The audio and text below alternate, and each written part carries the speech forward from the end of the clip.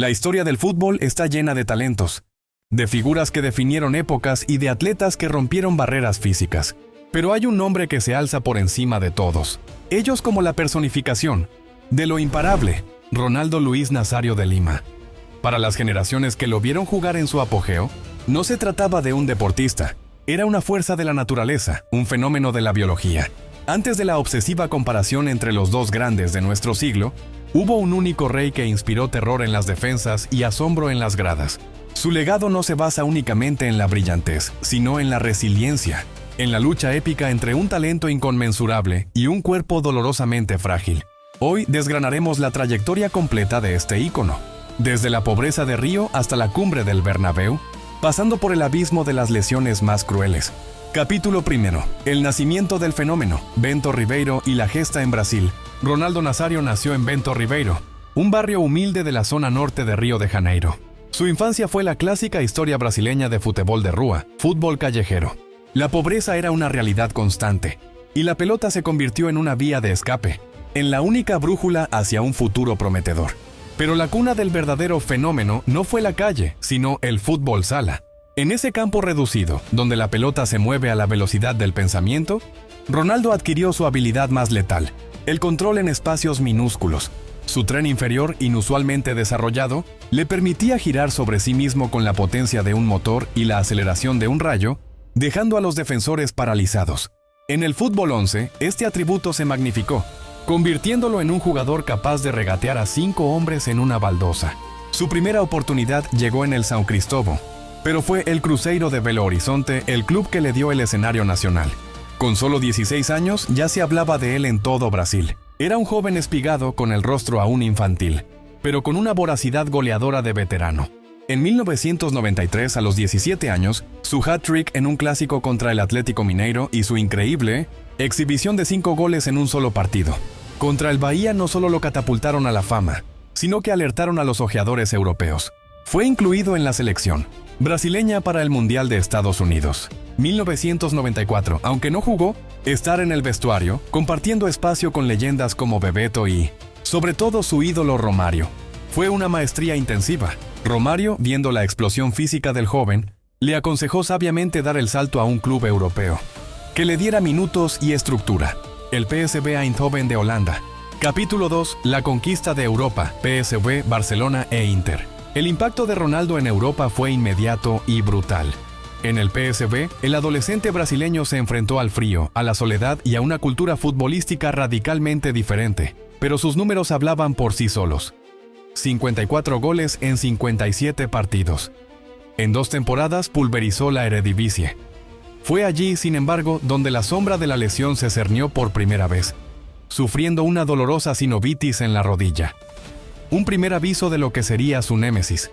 En 1996, el FC Barcelona pagó una cifra récord en ese momento, 15 millones de euros para llevarlo a la liga. La temporada 1996-1997 es la que define al fenómeno en su estado más puro y atlético. Bajo las órdenes de Sir Bobby Robson, Ronaldo marcó 47 goles en 49 partidos. No era solo la cifra, era la naturaleza de los goles. El gol contra el Compostela es la obra maestra de la potencia. Tomó el balón detrás del círculo central, resistió la embestida de 2 defensores que intentaron tumbarlo con faltas que el árbitro ignoró. Dejó a un tercero en el suelo con un dribbling seco y definió cruzado ante el portero.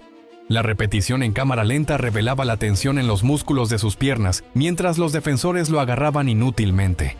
En el banquillo, Robson se llevaba las manos a la cabeza en una expresión de incredulidad absoluta. Era un fútbol de dibujos animados. Este Ronaldo, con 20 años, ganó su primer Balón de Oro y el FIFA World Player. Era, sin discusión, el mejor del planeta. Pero la relación con el Barça se rompió por asuntos contractuales. En 1997, el Inter de Milán rompió la banca de nuevo, pagando la cláusula de rescisión para llevarlo a la Serie A, la liga más defensiva y tácticamente rigurosa de Europa. En Italia, el reto era mayor. Los defensores del Calcio no esperaban, cazaban. Centrales de leyenda como Paolo Maldini, Alessandro Nesta, Lilian Thuram y Fabio Cannavaro han confesado que la única forma de frenar a Ronaldo era con una defensa colectiva, la anticipación y a menudo la falta táctica.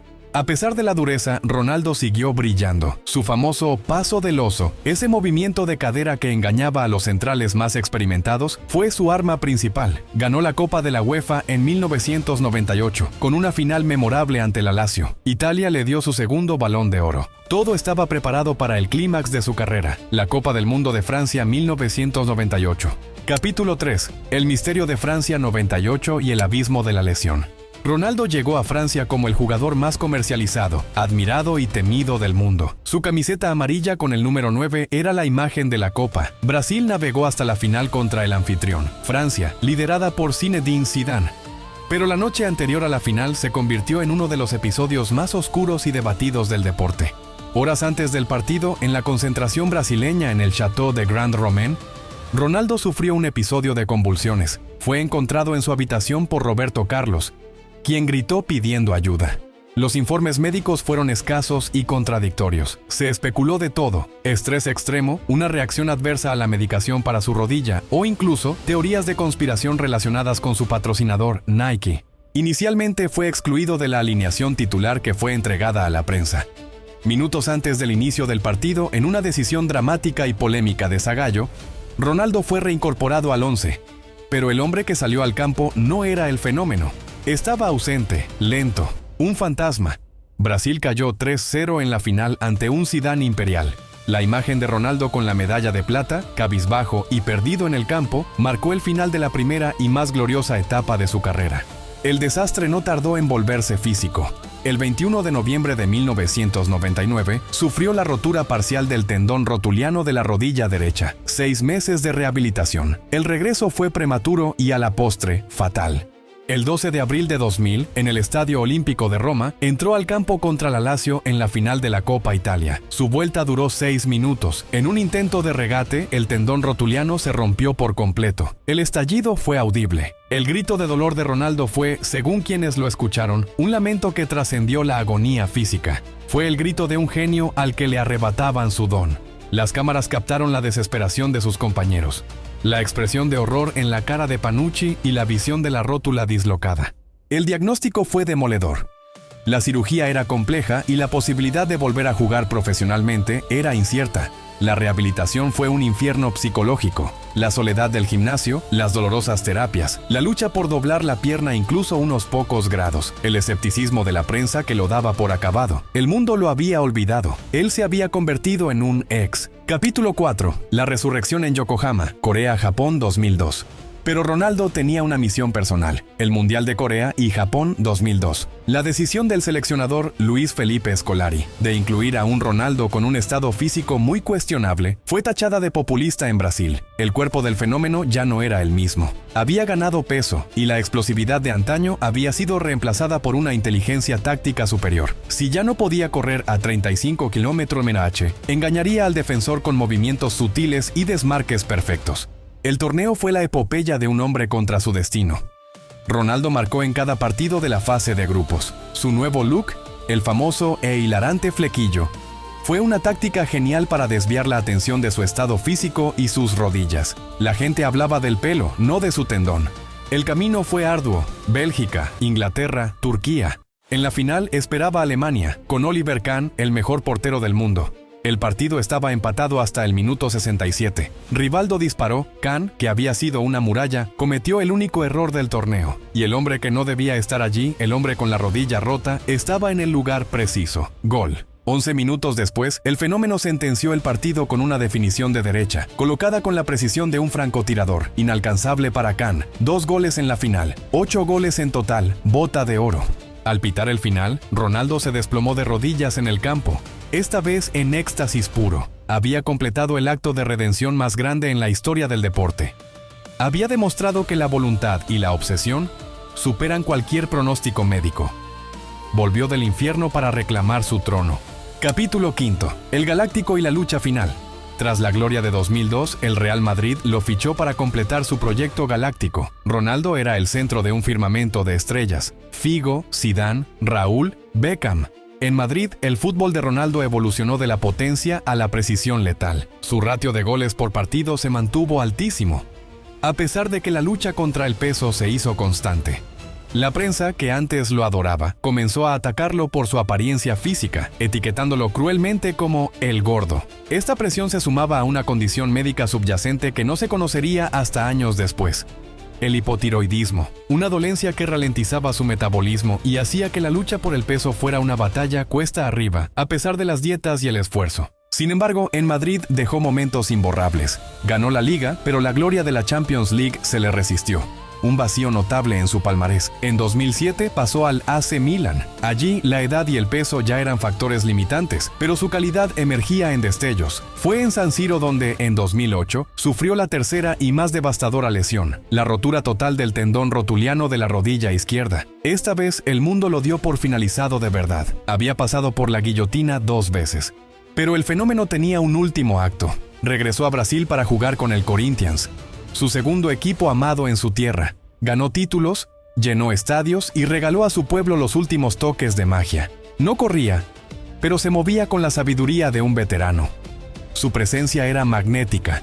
El 14 de febrero de 2011, la batalla terminó. En su emotiva rueda de prensa de retiro, sus palabras resumieron su carrera: perdí la batalla contra mi cuerpo. Mi cabeza quería seguir, pero mi cuerpo no podía más. Me gustaría seguir, pero no puedo. Fue una rendición digna y brutalmente honesta. El cuerpo de un hombre de 34 años ya no podía soportar el talento de un dios del fútbol. Conclusión: el legado inmortal. El legado de Ronaldo Nazario es inmenso. No solo ganó 2 balones de oro, 3 premios FIFA World Player y 2 Copas del Mundo. Él cambió el concepto del delantero centro moderno. Introdujo la velocidad, la potencia y la técnica de regate en el área. Pavimentó el camino para la siguiente generación de delanteros. La gran pregunta que siempre quedará flotando en el aire es: ¿qué hubiera sido de Ronaldo Nazario sin las lesiones? La respuesta de los expertos es unánime. Habría sido, sin ninguna duda, el mejor jugador de la historia. Su pico de rendimiento en el Barcelona y en el Inter no ha sido igualado en términos de dominancia física y técnica pura combinada. Su historia es una lección de vida. Nos recuerda que la mayor gloria no reside en el éxito ininterrumpido, sino en el poder de la resiliencia. Ronaldo se rompió 2 veces y 2 veces regresó a la élite. Su rodilla, con sus cicatrices, es un mapa que cuenta la historia de una caída y de una resurrección épica. Mientras las futuras generaciones debaten sobre las leyendas del siglo XXI, siempre habrá un punto de inflexión, una referencia a la que volver. Un joven de Bento Ribeiro que, por un breve y glorioso periodo, fue el fenómeno más grande, el verdadero inmortal del fútbol. Su fútbol fue pura alegría, pura potencia y pura leyenda.